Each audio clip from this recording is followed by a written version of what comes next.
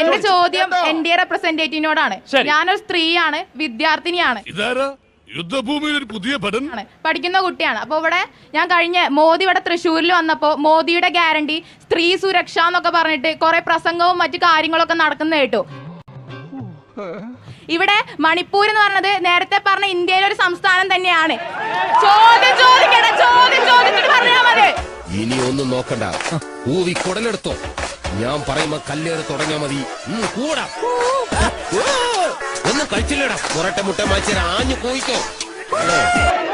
നിങ്ങൾ അവസരത്തിൽ ഇടപെടാം. നിങ്ങൾക്ക് ചോദിക്കാം. മൈക്ക് തരും. ചേട്ടാ, എന്റെ അറിവില് മണിപ്പൂർ ഇന്ത്യയിലാണ്.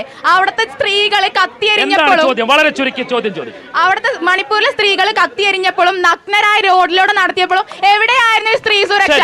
നിനക്ക് പ്രാന്താളാ പന്നി. ഓടിക്കോ പ്രേമ, പതിയെ പോടാ. എനിക്ക് ദേശത്തെ വഴിയേറില്ല. ഈ പ്രധാനമന്ത്രി മണിപ്പൂരിലെ സ്ത്രീകൾ കത്തി അവർ തെരുവിലൂടെ നടന്നപ്പോൾ അല്ലെങ്കിൽ ഇത്തരം കലാപങ്ങൾ ഉണ്ടായപ്പോഴൊക്കെ ഈ സ്ത്രീ സുരക്ഷ എവിടെയായിരുന്നു എന്നുള്ളതാണ് ചോദ്യം.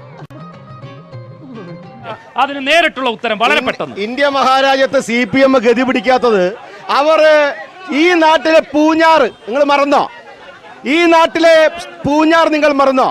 ഈ നാട്ടിലെ പൂഞ്ഞാറിൽ ഇതിനേക്കാൾ ക്രൂരമായി വർഗീയ രീതി ഉണ്ടാക്കി ഒരു പള്ളിയിൽ അച്ഛന്റെ നേരെ നെഞ്ചത്ത് കയറി നിറങ്ങിയപ്പോ മുണ്ടാതിരുന്ന ഈ CPM പ്രതിനിധികൾ എവിടെയായിരുന്നു സർ?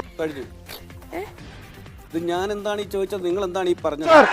ഇവർ അങ്ങോട്ട് നോക്കി ഇങ്ങോട്ട് നോക്കി കുരയ്ക്കുകയല്ലാതെ ഈ നാടിന്റെ വികസനം